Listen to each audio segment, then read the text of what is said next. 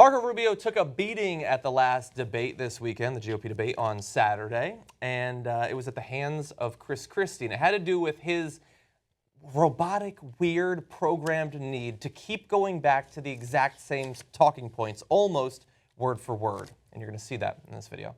Let's dispel once and for all with this fiction that Barack Obama doesn't know what he's doing. He knows exactly what he's doing. This notion that Barack Obama doesn't know what he's doing is just not true. There it is. Let's dispel with this fiction that Barack Obama doesn't know what he's doing. He knows exactly what he's doing.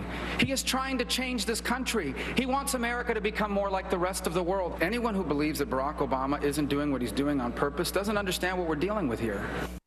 First of all, let's dispel with the notion that Barack Obama doesn't know exactly what he's doing. He knows exactly what he's doing. Oh my God. And again, that edit job by, I believe it was Fox News, doesn't make it look as bad as it was in terms of how he was knocked down by Chris Christie. Because you have Chris Christie there say, there he goes again. But he challenges, he says specifically, you're speaking in a 25-second soundbite.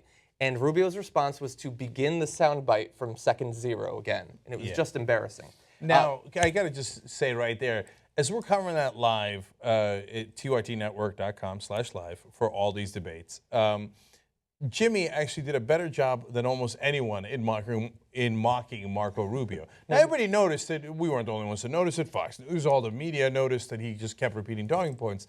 But Jimmy kept saying throughout our coverage, he's like, now, I want to dispel a notion here, right? He's like, you think Obama doesn't know what he's talking about? Obama knows. Obama knows. And he kept repeating it over and over until you realize how absurd it was. And what a canned line. Obama knows. Yeah. Right? He just wants to win over those voters who absolutely hate Obama and think he's an incompetent, I guess. Which maybe that's what Trump's message is. It could work. But also, I want to dispel with the notion that Barack Obama doesn't know exactly what he's doing. He does know what he's doing. Anyway, so look. You think he doesn't know? He knows. That was very embarrassing, obviously. And you might think, well, he's gotten terrible press for the past couple of days, and it appears that it maybe has hurt his polling in New Hampshire by a couple of points. He was going up before that debate. He's been going down in the few polls that have come out since then. Does he believe that he made a mistake? Let's find out. What went wrong?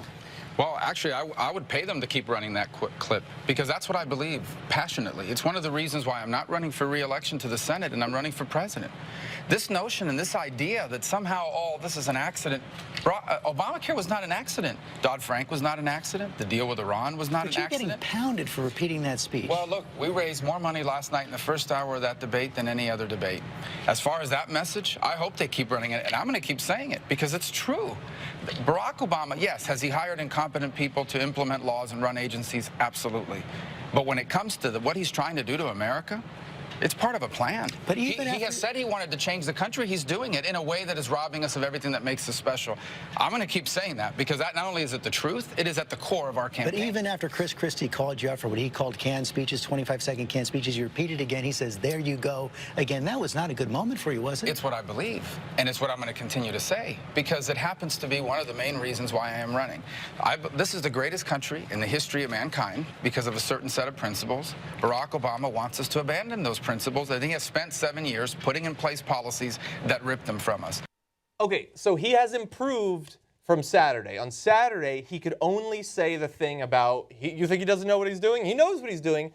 Now he can say that, or his programming can route to, this is why I'm running, I'm very passionate about it, or I'm not going to stop talking about it. And he just goes from one to the other to the next, over and over. That's all he said in that entire thing was those three things. In order, over and over. So what he's not understanding there is the criticism isn't about your comment about Obama.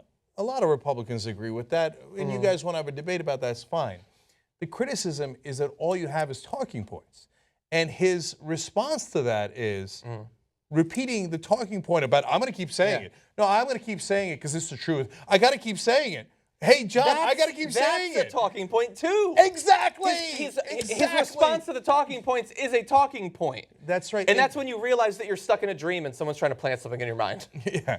So now, what you guys might not know, and I've talked to a couple of reporters on the scene, Jordan Sheridan is our reporter on the scene, but this is in reference to another conversation I had with another news organization. And the rap on Marco Rubio is he will not take questions.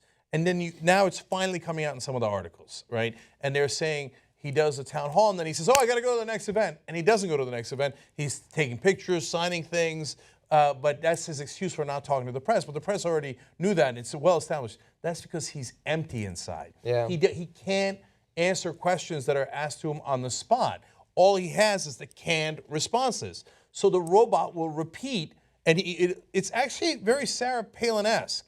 The reason Sarah Palin was perceived as having done well in her speech at the Republican convention was because she was scripted. She didn't have to answer a tough question like, what newspapers do you read in the morning, right? What's that written on your hand? And in the debate against Joe Biden, she didn't do that poorly. The reason for that was because she decided, and this is documented in the press, the inside sources have confirmed this from the McCain campaign, she realized, oh, I don't have to answer their question. All I'm going to do is go to a canned response. Yeah. If they mention Russia, here's my response for Russia. If they mention Iraq, here's my response for Iraq, right? And Marco Rubio has learned from that. He's running his campaign completely on autopilot. What is the word that is detected? The word that is detected is Obama. You have to dispel the notion that Barack Obama does not know what he is doing. He knows very much what he is doing. Hey, Marco. I will repeat it as many times as is necessary. Right. Marco, it appears that you're just repeating things. Well, I am happy to have those things repeated. Yeah, but That is why I'm running. I'm passionate. But Marco, you just, I am happy to repeat those things. I am passionate.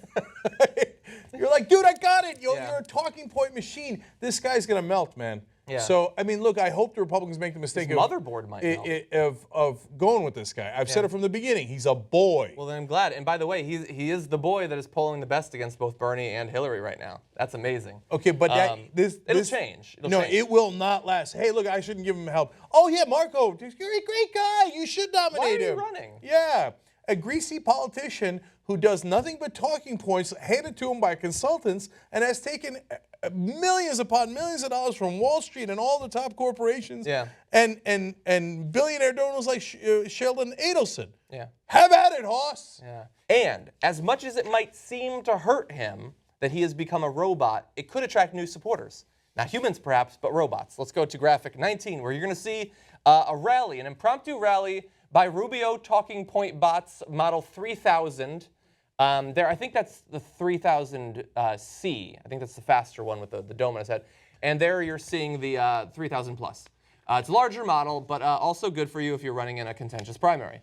Man, that's good. So these guys that came out in the Marco Roboto outfits, that was Sunday morning after the debate. That's pretty impressive That speed. implies to me that they already had robot costumes. They were just waiting for labels. Well, those costumes are not overly sophisticated. So there's some chance they were put together impromptu. Somebody gets Amazon Prime deliveries and they just... Right. Unlike Rubio's answers, which are never impromptu.